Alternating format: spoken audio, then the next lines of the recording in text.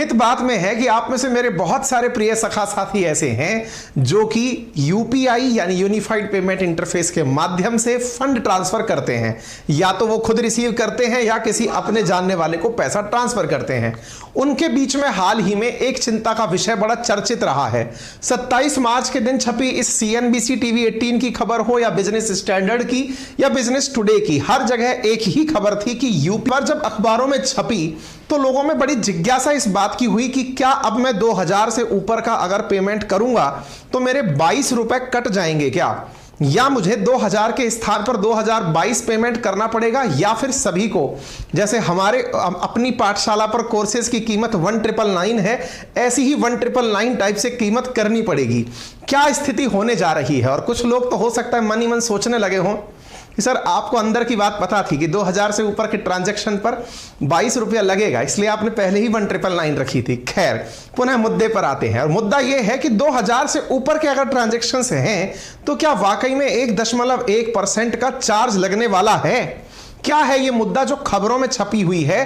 क्या वाकई में अब आपके लिए डिजिटल पेमेंट करना मुश्किल हो जाएगा या फिर डिजिटल पेमेंट के नाम पर आपसे ज्यादा पैसा वसूला जाएगा? आज हम इसी घटना का पूरा आपको समझाने का प्रयास करेंगे और पूरी क्लैरिटी ऑफ थॉट भी देंगे, क्योंकि जो शुरुआत में है ऐसा अंत में नहीं होगा, यह मैं जानकारी आपको दे रहा हूं। इसलिए पेशेंस के साथ में केवल पैकिंग से आप सेशन की शुरुआती पैकिंग से फ्रंट फेस से अंदर क्या है इसकी कल्पना अभी से ना करें। चलिए शुरुआत करते हैं। खबर कुछ इस प्रकार से आने लगी। एक सर्कुलर की बात होने लगी अखबारों के अंदर। सर्कुलर 24 मार्च का बताया गया। कहा कि 24 मार्च 2023 कि उसमें 2000 रुपए से ऊपर के ट्रांजैक्शंस के ऊपर 1.1% का चार्ज वसूला जाएगा। साहब, इसके ऊपर इंटरचेंज फीस क्या होती है, ये कितना पैसा होता है, इस पर खूब रिसर्च होना शुरू हुई। और ट्वीट एक वायरल होने लगा। ये कोई है, एक और ट्वीट आता है कंचन गुप्ता नाम से एक वेरीफाइड अकाउंट से, जिसमें ये कहा जाता है कि ये यानी कि ये कोई जैमाइन नाम से जो ट्विटर हैंडल है, ये फेक न्यूज फैला रहा है, वास्तविकता में ऐसा नहीं है। और यहां पर एक और ट्वीट करके ये जानकारी दी जाती है कि इसके अंदर कुछ और चीज है और उसको प्रेजेंट कुछ और तरीके से किया जाता है। लोगों में एक विश्वास तो होने लगा कि भाई साहब यूपीआई का पेमेंट करना भी है कि नहीं करना है। कोई कह रहा है टैक्स लगेगा, कोई कह रहा है नहीं लगेगा, चल क्या रहा है। ऐसी स्थिति में मीम्स वायरल होने लगे कि मैं यूपीआई पेमेंट नहीं करें, एप्लीकेशंस से कहा जाएगा कि तुम अब बाहर निकलो। इस प्रकार से मीम्स वायरल होने लगे। खैर, होते भी क्यों ना, न्यूज ही ऐसी थी, बड़े बड़े अखबारों ने जो छापी थी। जब न्यूज इस तरह की थी, बड़े अखबारों ने छापी थी कि 2000 रुपए से ऊपर के ट्रांजैक्शन पर 22 रुपए लगेगा, तो भाई साहब इस न्यूज की क्लैरिटी भी आना जरूरी थी और क्लैरिटी आ भी गई। क्या आई? No charges on normal UPI transaction for customer, ऐसा एनपीसीआई ने कह दिया है। अर्थात जो न्यूज मार्केट में वायरल हो रही थी कि 1 अप्रैल से national payment corporation of India ने कहा है कि आपके ट्रांजैक्शंस पर 1.1% का पैसा लगेगा, यानी 2000 से ऊपर के ट्रांजैक्शन पर 22 रुपया अगर लगेगा, इस बात को क्लियर करते हुए कहा एनपीसीआई ने, नहीं जनाब ऐसा कुछ नहीं है, यह गलत कंसेप्शन ले लिया गया है, यह गलत तरीके से इसे मतलब कंक्लूड किया गया है। UPI transactions over 2000 to attract 1.1% fee but customer want pay, लेकिन ये कस्टमर को पे नहीं करने होंगे। यानी इस खबर में फिर एक और स्टेप निकल कर आया। पहले तो निकल करके आया कोई भी यूपीआई पर चार्ज नहीं लगेगा, एक क्लैरिटी आई। दूसरी क्लैरिटी आई कि अगर पैसा देना भी पड़ा तो वो कस्टमर को नहीं देना पड़ेगा। अब इस बात में बड़ा ही लोचा था जनाब। पहले तो आप कहते हो पेमेंट के ऊपर कोई चार्ज नहीं देना पड़ेगा और फिर आप कहते हो कि देना पड़ेगा तो कस्टमर को नहीं देना पड़ेगा। क्यों साहब, कुछ और ऐसी चीज है क्या जो रीड बिटवीन लाइन हमें करनी थी और हम नहीं कर पाए? हां थी, और वो क्या थी उस पर ही मैं आपको लेकर चल रहा हूं। फिलहाल के लिए अब तक आप अपने आप को यह ठंडक दिला सकते हैं कि आपको 1 अप्रैल से अपने यूपीआई पेमेंट पर कोई भी ट्रांजैक्शन शुल्क नहीं देना है। पहली बात तो ये सुन लीजिए। लेकिन इसमें वो कौन सा कंसेप्ट है जिसमें अभी भी 1.1% ट्रांजैक्शन फीस पेबल होगी, वो क्या है उस पर मैं आपको लेकर चल रहा हूं। एनपीसीआई ने क्या क्लैरिफिकेशन दिया है उस पर आप आगे बढ़ेंगे। अखबारों में न्यूज कुछ इस तरह से बदलने लगी, यूपीआई ट्रांजैक्शन पर देना पड़ सकता है चार्ज, कि सुर्खियां जो है वो बदल गई। खैर, सुर्खियां बदल गई, लेकिन इससे पहले एक सुर्खी जान लीजिए। इस पूरे ट्रांजैक्शन केस में अपन एकदम सेफ थे, और वो कैसे? हमने तो पहले से ही 1999 पर कोर्स ला रखा। सब संभव हुआ है आपके मुझ पर विश्वास से।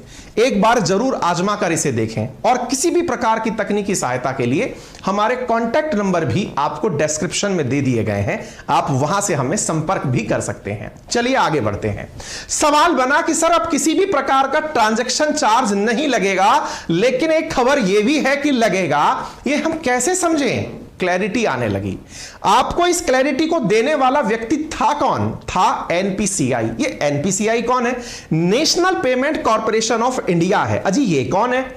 अजी साहब, भारत में आरबीआई ने अपने द्वारा जब बहुत कुछ तरीके से बैंकों के ऊपर नियंत्रण स्थापित कर लिया, तब उन्हें लगा कि टेक्नोलॉजी का युग है, अब एक और ऐसी कंपनी हमें बनानी चाहिए जो टेक्नोलॉजी की मास्टर हो। ऐसी स्थिति में वर्ष 2007 के अंदर एक एक्ट पारित किया गया, payment and settlement system act 2007, जिसका काम था robust payment and settlement infrastructure in India.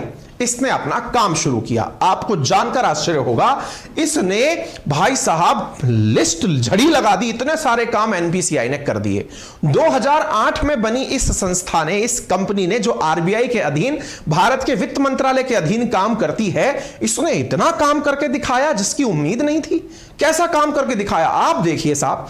Aadhaar enabled payment system इसने बना लिया, भारत बिल पेमेंट सिस्टम इसने बना लिया, भीम पे इसने बना लिया, रुपे इसने बना लिया, यूपीआई इसने बना लिया, भाई साहब नेशनल स्विच सिस्टम इसने बना लिया, आईएमपीएस सिस्टम बना लिया, चेक का ट्रांजैक्शन इसने बना लिया। ना जाने कितनी सारी सर्विसेज इसने, एनपीसीआई ने टेक्नोलॉजी के केस में बना करके भारत को दे दी। ये कंपनी चूंकि भारत सरकार और आरबीआई के अधीन थी, तो आज भी जो हम यूपीआई यूज करते हैं वो इसी की ही एक प्रोडक्ट मात्र है।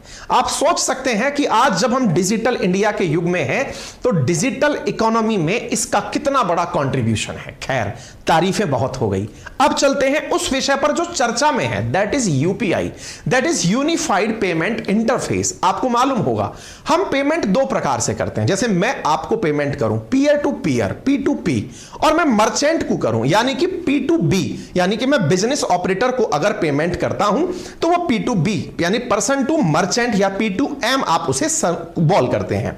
अच्छा साहब, जिस यूपीआई की आज चर्चा हो रही है, यह आया था वर्ष 2016 में, एनपीसीआई ने बनाया था। अब आते हैं, जब हमने इतनी सारी बातें जान ली, तो अब वो भी जान लें जिस पर 1.1% चार्ज लगेगा।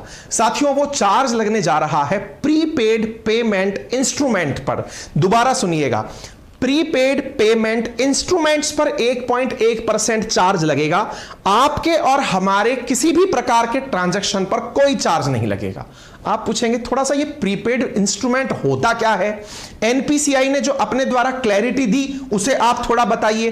क्या आप ये कहना चाहते हैं कि जो अखबारों ने शुरुआत में सुर्खियां छापी थी वो गलत थी? मैंने कहा भाई मैं तो कौन होता हूं ये कहने वाला। ये बात खुद पीआईबी ने अपने फैक्ट चेक में कही है, प्रेस इंफॉर्मेशन ब्यूरो ने अपने फैक्ट चेक में, इंडिया टुडे, ठीक इसी प्रकार से यहां पर TV9 गुजराती, इनके द्वारा डाली गई उस खबर को फेक बताया है, मिसलीडिंग बताया है, और कहते हुए कहा है, क्या कहा है कि ये लोग जो कह रहे थे कि NPCI has recommended interchange fee on UPI for transaction over ₹2000, ये खबर गलत है। There is no charge on normal UPI transactions, ये बात फैक्ट चेक के माध्यम से क्लियर की गई है। और यह भी कहा गया है कि जो सर्कुलर है is about transaction using prepaid payment instrument only. ये जो सर्कुलर था जिसको सबके साथ बताकर जोड़ दिया गया, ये केवल प्रीपेड पेमेंट इंस्ट्रूमेंट पर वैलिड है, जो कि भारत में मात्र 0.1% यूज होता है। भारत में जो ट्रांजैक्शंस हैं उनकी जो वैलिडिटी है 99.9% इंडियन ट्रांजैक्शंस जो हैं वो यूपीआई से होते हैं, और वो पीपीआई ट्रांजैक्शन नहीं है। आपका दिमाग एकदम फट गया, अरे यार एक तो समझ में ये नहीं आ रहा है, आप एक तरफ कह रहे हो नॉर्मल फीस है, कोई चार्ज नहीं लगेगा, एक तरफ कह रहे हो 1.1% लगेगा लेकिन वो पीपीआई पर लगेगा। अब ये बता दो कि ये यूपीआई समझे कि पीपीआई समझे, है क्या ये पीपीआई? मैंने कहा आओ भाई साहब अब आपको पीपीआई भी बता देते हैं कि ये पीपीआई क्या है। आओ साहब। मेरे प्यारे साथियों, क्या आपने कभी पेटीएम का वॉलेट यूज किया है? वॉलेट, बोले पहले तो हम वॉलेट ही यूज करते थे और स्टूडेंट लाइफ में जब हमारे पास बैंक अकाउंट ऑपरेट करने का सिस्टम नहीं था तो हम वॉलेट में ही पैसा रखते थे। आप ही के लिए है ये खबर। यदि आप वॉलेट से ट्रांजैक्शंस करते हैं, यदि आप वॉलेट बोले तो बटुआ, असल में पहले बटुआ हम फिजिकली अपनी जेब में रखा करते थे, आजकल जमाना ऑनलाइन का है, ऐसी स्थिति में लोग मोबाइल में बटुआ रखने लगे, पैसा जो है वो पेटीएम वॉलेट, फोन पे वॉलेट, अमेजन वॉलेट के अंदर रखने लगे। जब वॉलेट में पैसा रखने लगे तो सरकार को लगा बैंक क्या बुरी है क्या जो आप वॉलेट में पैसा रखते हैं। अच्छा, ये बात हमें भी बड़ी कई बार अचंभित करती है।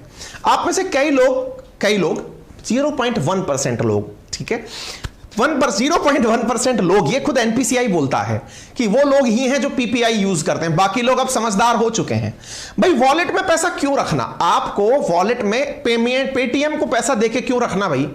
बोले क्यों ना रखें साहब? अरे भाई उसको रखने का फायदा क्या है? वो पैसा वो अपने अकाउंट में रख के घूम रहा है। आपको जब सरकार ने सुविधा दे रखी है कि आप अपने अकाउंट से ट्रांजैक्शन पेटीएम के थ्रू कर सकते हैं, तो पेटीएम के वॉलेट में पैसा डालने की क्या जरूरत है?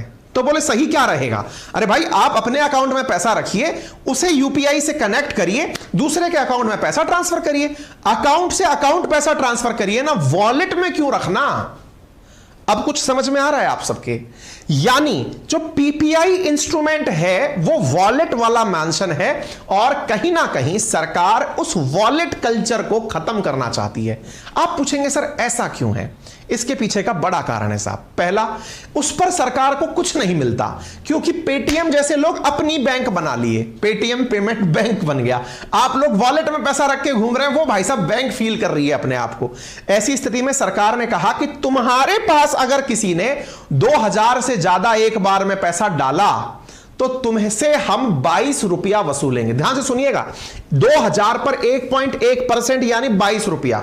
अगर 4000 रुपया डाला 44 रुपया यानी सीधा 1.1%, 3000 डाला 33 रुपया यानी तुमसे हम सीधा 1.1% पैसा वसूलेंगे, कस्टमर से हम कुछ नहीं लेंगे। दोबारा सुनिएगा, अगर आप में से किसी भी मेरे बंधु भाई सखा किसी ने अगर पेटीएम में अपने वॉलेट में धन डाल लिया, अब आपके पैसे डालते ही सरकार पेटीएम से, प्रीपेड पेमेंट इंस्ट्रूमेंट से 1.1% पैसा वसूलेगी कि तेरे पास इतना पैसा डाल दिया बैंक में से इसने, ला भैया हमको पैसा दे। वॉलेट में पैसा डालने पर कस्टमर से कुछ नहीं लिया जा रहा है, अपितु उस वॉलेट कंपनी से पैसा लिया जा रहा है।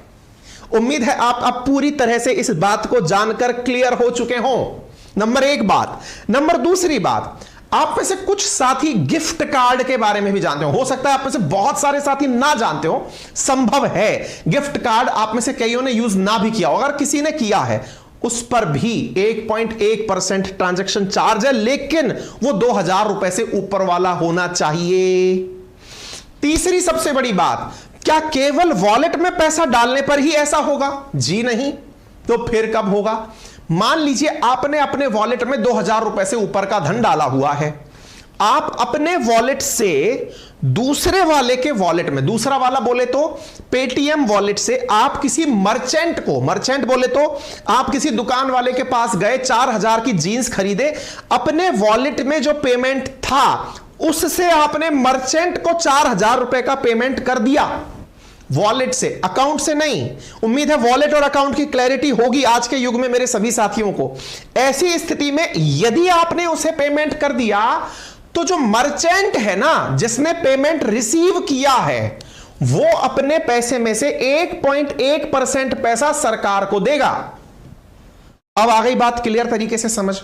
यानी उपभोक्ता को जिसने सर्विसेज का उपयोग किया, पहले तो इसे ऐसे समझिए, 99.9% जो यूपीआई के यूजर्स हैं उनके ऊपर कोई चार्ज नहीं लगने वाला है। तो पहली तो क्लैरिटी ऑफ थॉट ये आ जानी चाहिए। नंबर एक, वो जो 0.1% लोग भी हैं वो हैं जो वॉलेट से पेमेंट करते हैं या वॉलेट में पैसे ऐड करके रखते हैं। उनमें भी जो लोग 2000 रुपए से ज्यादा का धन रखते हैं, उनमें भी जो 2000 से ज्यादा का ट्रांजैक्शन करते हैं, उन पर 1.1% का चार्ज लगेगा। इसलिए इस खबर को, जो कि पहले से चल रही थी कि 1 अप्रैल से चार्ज लगने वाला है, पीआईबी ने भी फैक्ट चेक के अंदर मिसलीडिंग करार दिया। तो अब तक आप सबको चीज समझ में आ चुकी होगी, क्लियर हो चुकी होगी, न्यूज पूरी तरह समझ में अगर आ चुकी है तो चलिए मैं अब आपको कुछ और भी इंफॉर्मेशन यहां पर अतिरिक्त रूप से दे देता हूं। सर्क्यूलर क्लियर, बात समझ में आ गई तो थम्स अप कर दीजिएगा। वीडियो के नीचे लाइक का ऑप्शन है वो दबा दीजिए। समझ में यदि ये जानकारी आ चुकी है तो बड़ा सवाल ये बनता है कि अल्टीमेटली पीपीआई के साथ सरकार कर क्यों रही है। हमने आपको बता दिया, बैंक से जो काम कर सकते हो वो किसी और जगह से क्यों करना, इसलिए कर रही है। ये इंटरचेंज जो फीस है ये क्या थी, ये वही फीस थी जो एक ऑपरेटर से दूसरे ऑपरेटर को देने में लग रही थी। इसमें भी सरकार ने बड़ी सारी कैटेगरी रखी है कि इतने सारी चीजों पर 1.1% अधिकतम चार्ज है, बाकी सब पर इतना चार्ज नहीं लगने वाला है। आप फिर भी पूछेंगे सर लेकिन ऐसा भी क्यों, वो पेमेंट ही तो है, उस पर चार्ज क्यों? इसके पीछे का भी आप कारण जान लीजिए। साथियों, आपने इतने सारे तरह के एप्लीकेशन यूज किए होंगे। जैसे मैं अपनी पाठशाला एप्लीकेशन की बात करूं तो आप में से बहुत सारे साथी कमेंट बॉक्स में पूछ रहे हैं क्या सर आपका एप्लीकेशन लैपटॉप पर चल सकता है। मैं कहता हूं यार सॉरी, नहीं चल पाता। मैं आप में से कुछ साथी ये पूछते हैं कि सर आपके एप्लीकेशन को हम स्क्रीन रिकॉर्ड कर सकते हैं क्या। मैंने कहा यार नहीं यार, अलाउड नहीं है सिक्योरिटी कारण से। सर वेबसाइट पर चला सकते हैं क्या, यार सॉरी यार नहीं, वो केवल एप्लीकेशन पर चलता है, एंड्रॉइड पर चलता है और गूगल प्ले स्टोर जो मतलब iOS है उस पर चलता है। iOS पर अपने पुराने वाले नाम के साथ है, RNA बाई अंकित अवस्थी के नाम से है। ठीक है, बोले अच्छा, लेकिन आप विचार करो, आपका जो यूपीआई सिस्टम है, जो भीम पे सिस्टम है, जो आपका पेटीएम सिस्टम है साथियों, वो सीमलेसली बिना किसी दुविधा के किसी भी प्रकार के मोबाइल से, कैसे भी प्रकार के लैपटॉप से, कैसे भी इंटरनेट से वो चल जाता है। यार आपको स्क्रीनशॉट लेना है, स्क्रीनशॉट लो। और भाई साहब गजब का सिक्योर्ड है, आपको बकायदा ओटीपी आएगा, ओटीपी से कंफर्म करो। आप सोचो लाखों रुपए का ट्रांजैक्शन होता है और उसमें टेक्नोलॉजी एकदम स्मूथ प्रकार, मक्खन प्रकार की यूज की जाती है। इसमें पैसा तो खर्च हुआ होगा ना मित्र, पैसा सरकार ने कभी इस सुविधा को बनाने के लिए खर्च किया होगा ना। आप में से कुछ लोग पूछते हैं सरकारें क्या बनाती हैं, सरकारें यही चीजों में पैसा लगाती हैं।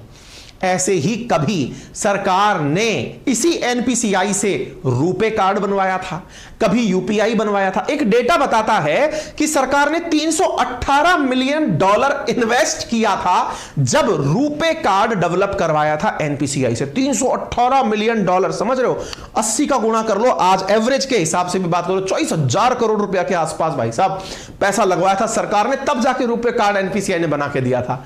अब जो पैसा खर्च हुआ, जब सब कुछ फ्री चल रहा है तो सरकार उसकी वसूली तो करेगी, क्योंकि अल्टीमेटली जब खर्च किया है तो वसूलेंगे तो सही। गडकरी जी इस बात को खुल के बोलते हैं, अच्छी सड़कों पर चलना है तो टोल तो देना होगा। यहां पर सरकार जो है हल्के से ट्रांजैक्शन फीस तो देनी होगी, लेकिन उन लोगों को जो 0.1% ही है इस धरती पर, यानी इंडिया में, उन्हीं लोगों को देनी पड़ेगी। क्या आप मेरी बात समझ पा रहे हैं?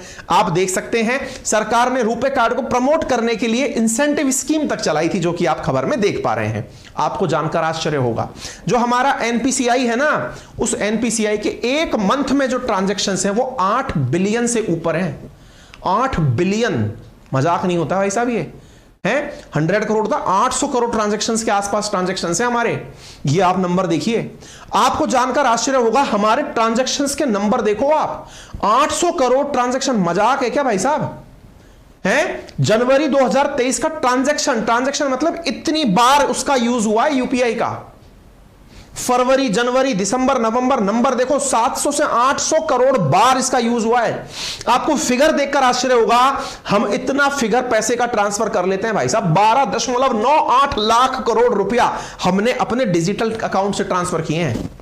सरकार कह रही है भैया इतना पैसा बरस रहा है, लोग इधर से उधर कर रहे हैं, इतू सा, इनमें से जो 0.1% लोग हैं उनसे भी मैं पैसा ना लेकर जो पैसा रिसीव कर रहे हैं उनसे 1.1% पैसा लेना चाहते हैं। यानी पहले समझो, इतना बड़ा पाई है, उस पाई में से 0.1% लोगों से।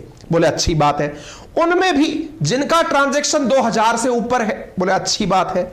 उनमें भी कस्टमर से नहीं, जो उपभोक्ता नहीं, मर्चेंट जो है, जो पीपीआई है, उससे 1.1% इतना तो लेने दो ना यार, ताकि बूंद बूंद से जो घड़ा भरता है वो हमारा भी भर जाए और जो लगाया है वो वापस आ जाए। क्या बात आपको समझ में आ गई? ये सरकार का विजन है। अगर आपको ये विजन समझ में आ गया, अच्छी बात है। अब थोड़ी सी जानकारी इसमें अतिरिक्त और जान लीजिए।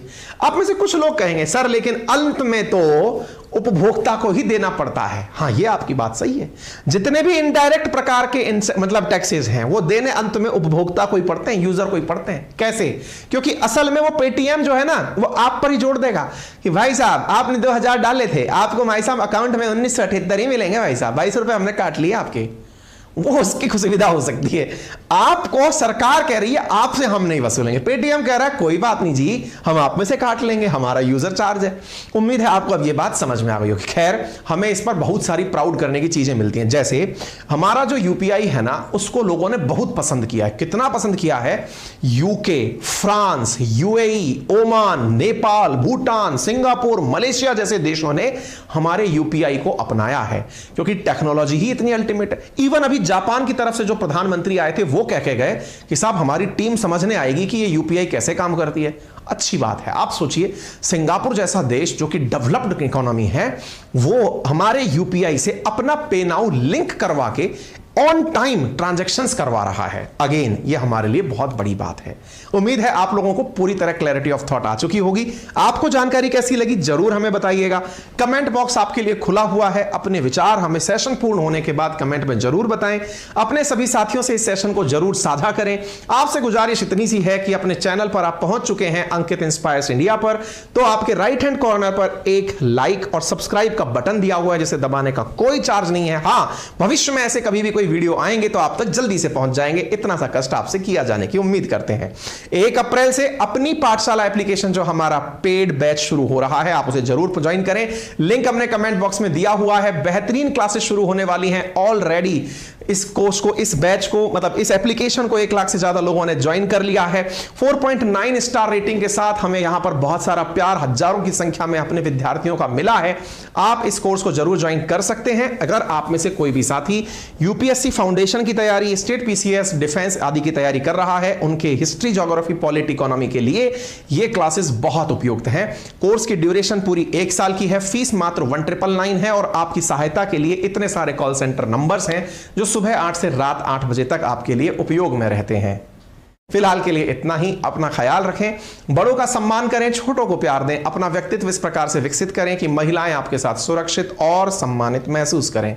धन्यवाद।